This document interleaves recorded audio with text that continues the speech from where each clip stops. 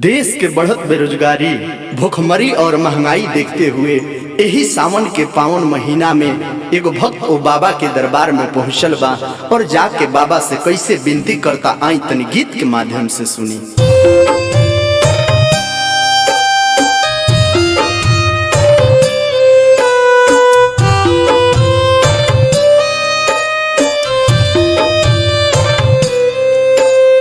Presented by Jagdamba Films.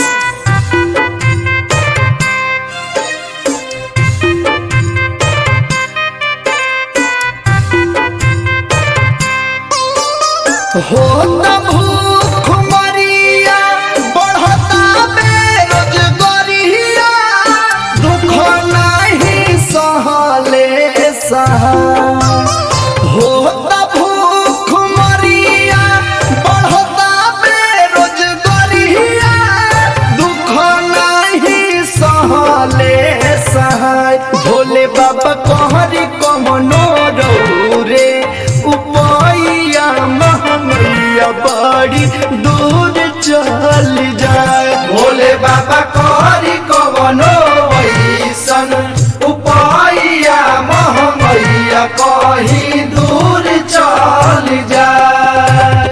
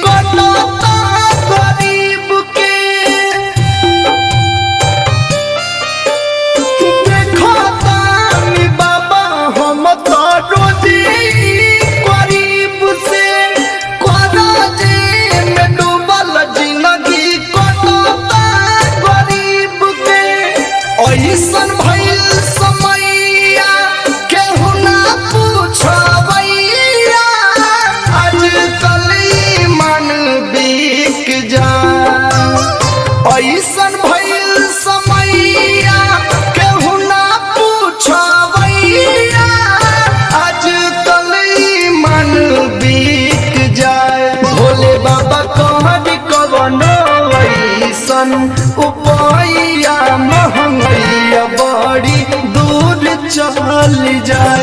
Bhole बाबा कहरी कवनो ऐसन उपैया महंगैया कहीं दूर चल जाए।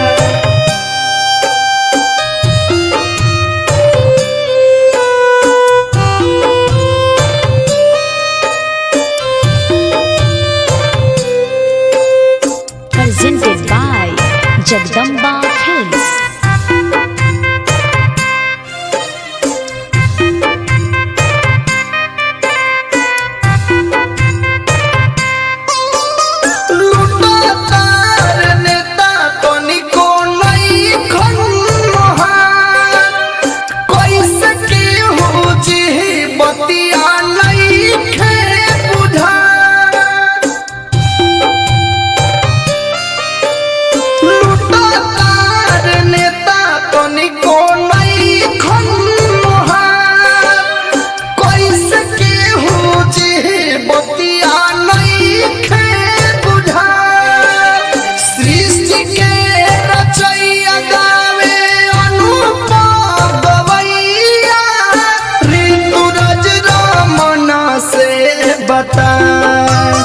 सृष्टि के रचैया लिखे आलोक लिखवैया, उत्तम रूप से बता।